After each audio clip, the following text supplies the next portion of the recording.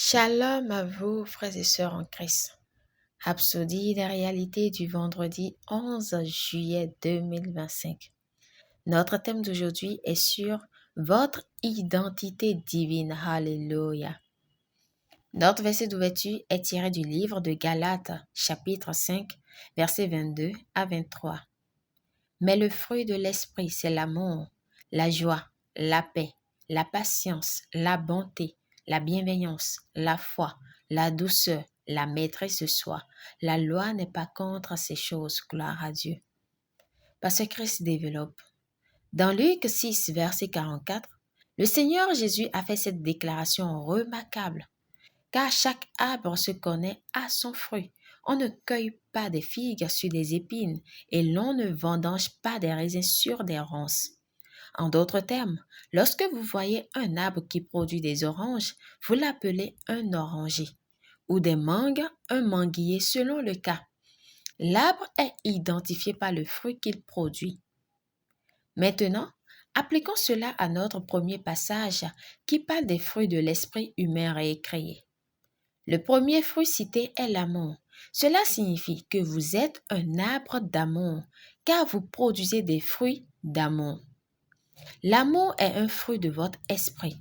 Un autre fruit de votre esprit récréé est la joie. Vous produisez des fruits de joie. Et qu'est-ce que cela fait de vous? Cela signifie que vous vous appelez joie, gloire à Dieu. Ensuite, il y a la paix. Puisque vous produisez des fruits de paix, cela signifie que vous êtes la paix. Puis, il y a la patience. Donc, vous vous appelez patience parce que la patience est un fruit de votre esprit. Donc, ne dites jamais, je ne suis pas une personne très patiente. Vous êtes patient. La bienveillance est un autre fruit. Votre nom est donc bienveillance. Il y a aussi la bonté. Votre nom est bonté.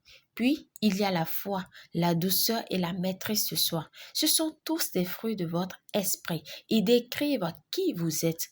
Que Dieu soit loué. Alléluia. De plus, Éphésiens 1, verset 17 présente une autre belle description de votre identité divine en se référant à notre Père céleste comme le Père de gloire. Si votre Père est le Père de gloire, alors qui êtes-vous? Cela signifie que vous vous appelez gloire. Vous êtes la gloire de Dieu. Béni soit Dieu. Alléluia. Alléluia. Confession. Je porte les fruits de la justice et je marche dans la gloire de Dieu en manifestant l'amour, la joie, la paix et toutes les vertus de l'esprit humain récréé. Ma vie est une expression de la nature divine de Dieu. Et je marche dans la conscience de qui je suis en Christ, rayonnant l'excellence divine au nom puissant de Jésus. Amen.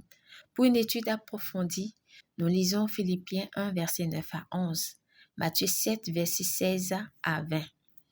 Nous aimerions vous donner l'opportunité de recevoir le Seigneur Jésus-Christ comme Seigneur et Sauveur de votre vie.